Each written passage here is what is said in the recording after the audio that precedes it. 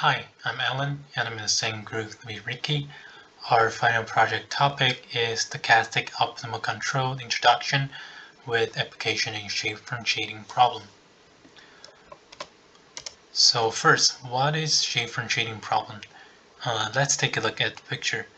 You can see that the light is coming from bottom left, and when it hit the object, the concave object, at a point with normal surface normal vector n hat, and if the object is a uniform in material and allows some light to pass through, then we can see if we put a screen behind it, there's some light intensity difference because the surface is facing different direction with respect to gamma.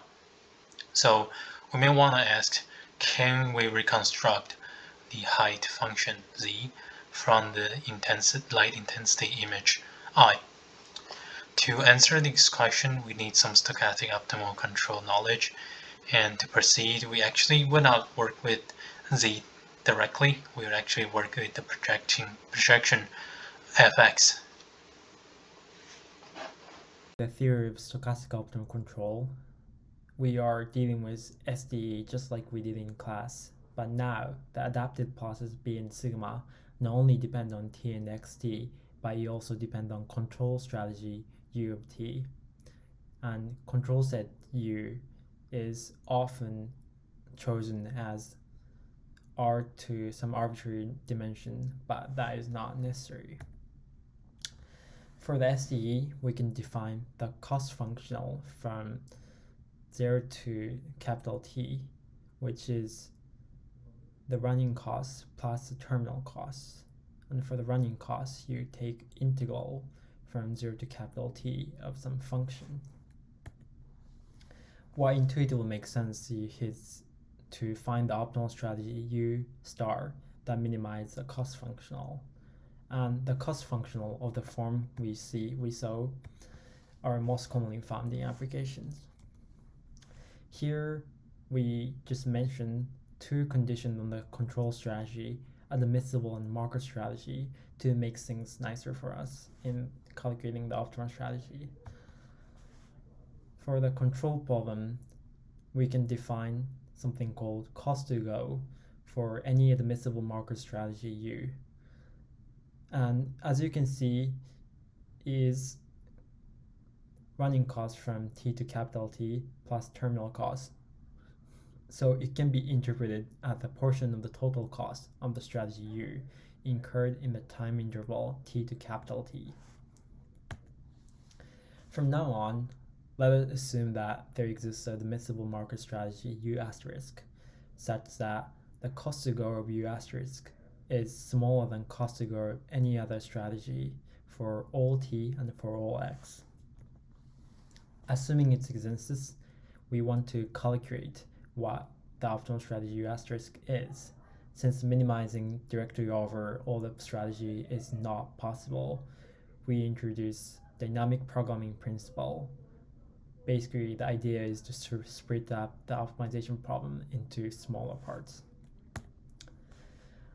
The value function V can be defined as the optimal cost to go over the interval T to capital T, and it conveniently satisfies the following recursion.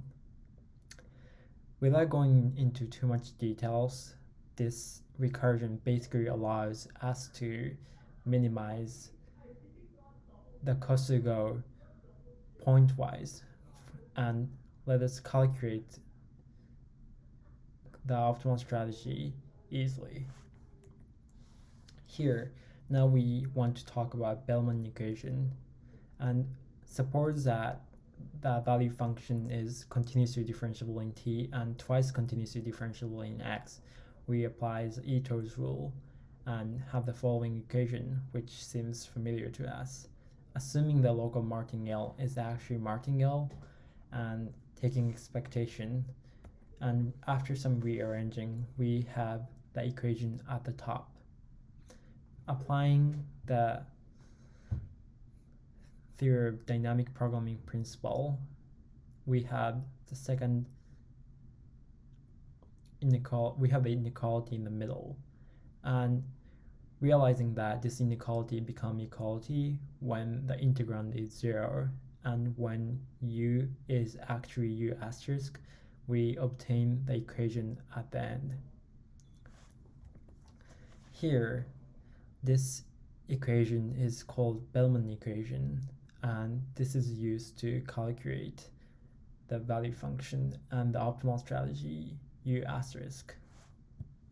Going back a bit, Ricky mentioned a value function as the minimization of cost functional given the strategy u. And the result of the paper is actually that the value function, as we define later, is actually the fx that we are looking for. So now the problem is, how do we define it? First, we need running cost. Is defined in the following way.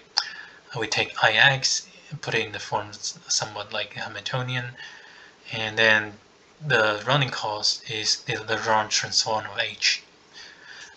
There are some important facts to mention. The first is L is larger or equal to 0, which satisfies our expectation as the cost, and then it's only been zeroed at some point, this particular set S. And for the location for those X in the set, L shrink faster than the U. And although we didn't mention the proof, there are some intuitive way to understand the connection of f and value function v. If we given the let's say f at some local minimum, and we want to find f at some other point, we need like taking the integration of this derivative, right? And that is what we see in the right hand side of the equation at the bottom. And since H and L are strictly convex, we can uniquely define the U bar that satisfies the equation so that the cost is actually the same as the inner product of the gradient and the direction. And that is why we can do that. Okay. Next up, we say we need some f at some point, right? So those points will be local minimum set, the set m. And for the rest of the point that is not minimum, we just initialize it with b, the upper bound of f. Then with all the parameter, we can define v in the following form. Other important fact mentioned in the paper is that if we want to do a computational way, we need to define the probability distribution P superscript h. The superscript h is the grid size, and we also need the interval delta t. Those need to satisfy local consistency, which consists of two conditions. One is if you take steps stochastically, as in the left, and you have to be the same as if you take it deterministically, which is u times delta t. Secondly, the variance of the step need to be controlled by delta t. One illustrative example is if you consider direction u is like upper right, then we only have the p being non-zero at the point that is next to x, which is to the right and to the upper, and those to the left, to the bottom, and the rest on the grid is 0. Finally, we can calculate our value function recursively through the dynamic programming principle, which means if we want to consider the value function, if you take r plus 1 step, we just take the minimum of if we take no step, which is gx, and if we take one step first, and then the taking the cost of the rest r step. Yeah, and this is the result I just mentioned. The v is cf we're looking for, and vh will convert to v if we take the grid size to be 0. And sadly, we didn't build up the code to run the algorithm, so we take the example shown here. one thing to mention is that the circle, red circle in the middle, is the only point, which is the global minimum that the set m that we need to give the value of f to. Then this is the last slide with reference. One thing I need to mention is that Schaefer shading problem is quite a popular question in computer vision, and more people tend to use it. Tend to solve the problem in a minimization way instead of stochastic optimal control way. And that is all of our presentation. Thank you.